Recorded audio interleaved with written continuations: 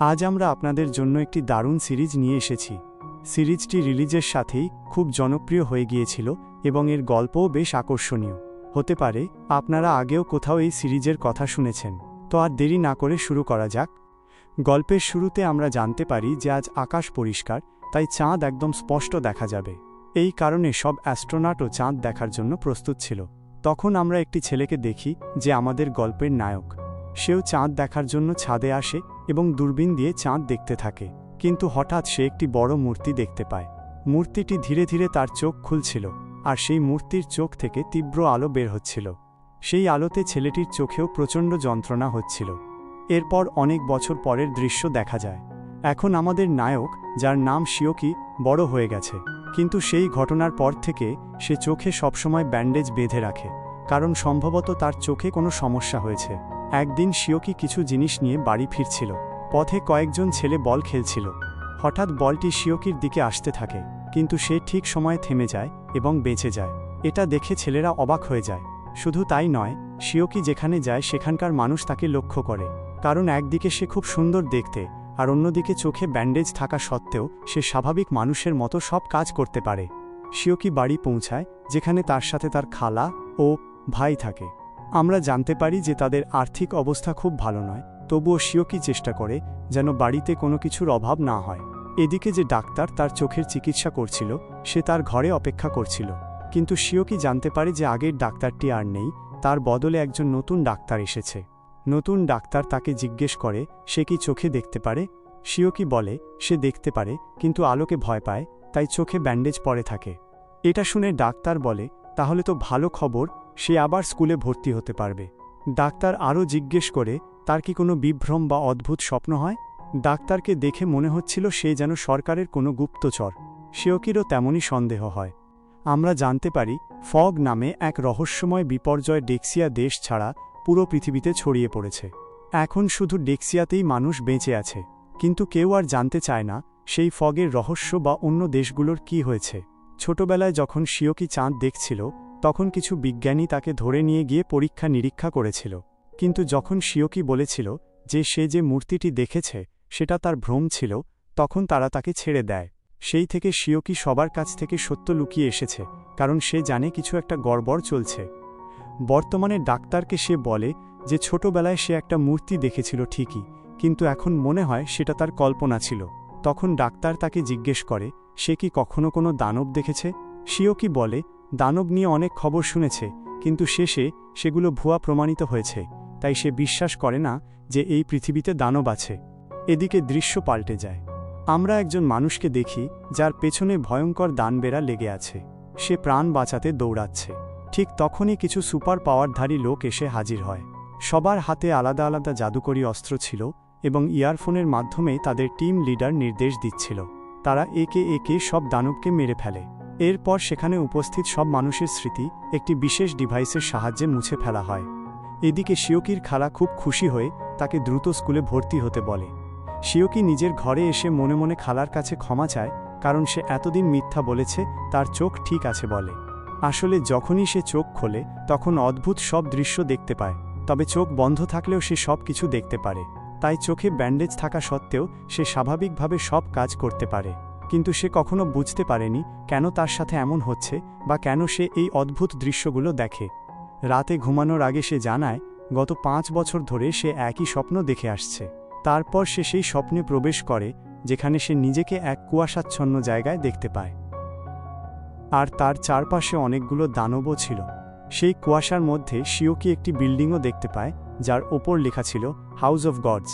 গেটের কাছে গিয়ে শিওকি মনে মনে বলে সে 5 বছর ধরে এখানে আসছে, কিন্তু আজ পর্যন্ত কখনো এই দরজাটা খোলেনি।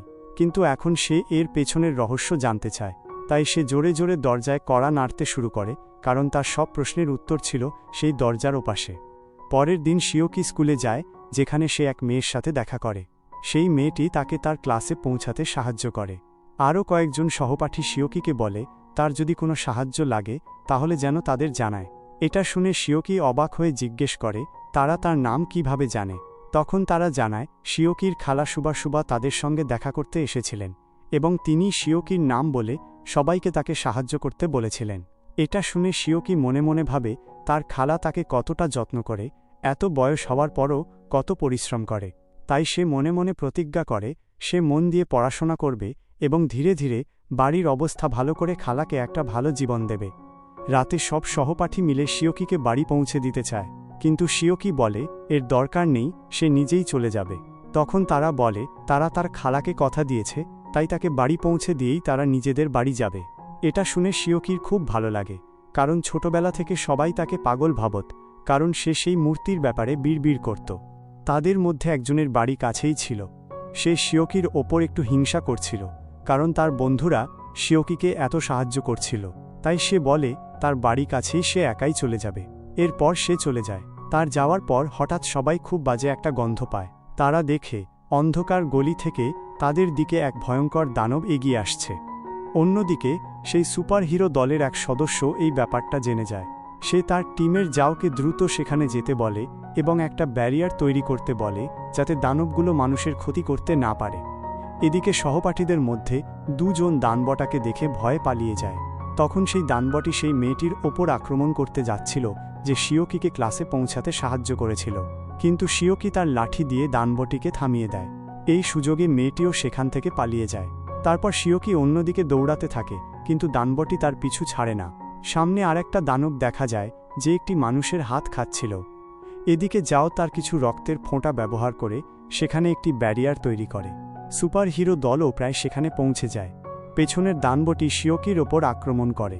লড়াই করতে করতে শিওকি বলে ছোটবেলা থেকে সবাই তাকে পাগল ভাবত, যার জন্য তাকে বাড়ির মধ্যে থাকতে হতো। এখন সে স্কুলে যেতে পারছে, তাই এই কুৎসিত দানবের হাতে সে মরবে না। তখন দানবটি তাকে ছুঁড়ে ফেলে দেয়, আর তার নখের আঘাতে শিওকির চোখের বাঁধন কেটে যায়। সঙ্গে সঙ্গে তার সেই পুরনো দৃশ্যগুলো আবার দেখা দিতে থাকে। সে সেই গর্তের দরজার সামনে দাঁড়িয়ে জোরে জোরে কড়া নাড়ছে। বাস্তবে শিওকি তার লাঠি দানবের ভেতরে ঢুকিয়ে দেয়। দানবটি তার কাঁধে কামড়ায়। আরও অনেক দানব এসে তাকে ঘিরে ধরে তার মাথা শরীর থেকে আলাদা করতে চায়, কিন্তু সেই সময় শিওকির জোরে কড়া নাড়ার ফলে দরজাটি খুলতে শুরু করে। দরজা যত খুলতে থাকে তার চোখ থেকে ততই তীব্র আলো বেরোতে থাকে। সেই আলোয় সব দানব তার থেকে দূরে সরে যায়। দূর থেকেও সেই আলো দেখা হচ্ছিল, এমনকি আশপাশের জানালার কাঁচও গলতে শুরু করে। সুপারহিরো দলও সেই আলো দেখে অবাক হয়ে যায়। তারা ভাবে এত শক্তিশালী এনার্জি কিসের?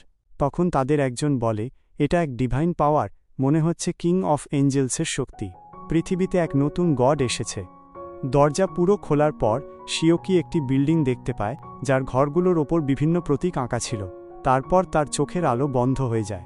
এক দানব আবার তার ওপর আক্রমণ করে, কিন্তু এখন শিওকির কাছে দানবটি খুব ধীরে চলতে দেখা যায়। সে আস্তে করে লাঠি দিয়ে আঘাত করতেই দানবটি অনেক দূরে ছিটকে গিয়ে মারা যায়।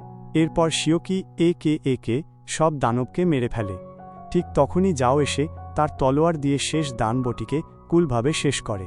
এটা দেখে শিওকি একটু অবাক হয়। তারপর সে বাড়ির দিকে রওনা দেয়। এরপর আমরা কিছু মূর্তি দেখি, যেগুলো গডদেরই ছিল। জায়গাটা ছিল এক প্রাচীন গড চার্চ। সেখানে এক মুখোশ পরা লোক আসে এবং সবাইকে জানায় এক নতুন এজেন্ট অফ গড এসে গেছে, আর তার সাথে কিং অফ এঞ্জেল মিশেলও আছে। এটা শুনে তারা বলে তাকে এখানে নিয়ে আসো এবং চেষ্টা করো তাকে জীবিত ধরে আনতে। শেষে আমরা দেখি এক ব্যক্তি একটি ট্রাক চালিয়ে নিয়ে যাচ্ছে, যার ভেতরে অনেক দানব ছিল, আর শিওকি ততক্ষণে নিজের বাড়িতে ফিরে এসেছে। শিওকিকে দেখে তার ভাই জিজ্ঞেস করে যে তার দেরি হলো কেন। জবাবে শিওকি বলে যে সে একটা ঝামেলায় ফেঁসে গিয়েছিল। এটুকু বলে সে নিজের ঘরে গিয়ে ঘুমিয়ে পড়ে। এরপর শিওকি আবারও সেই মেনশন অফ গডসে পৌঁছে যায়।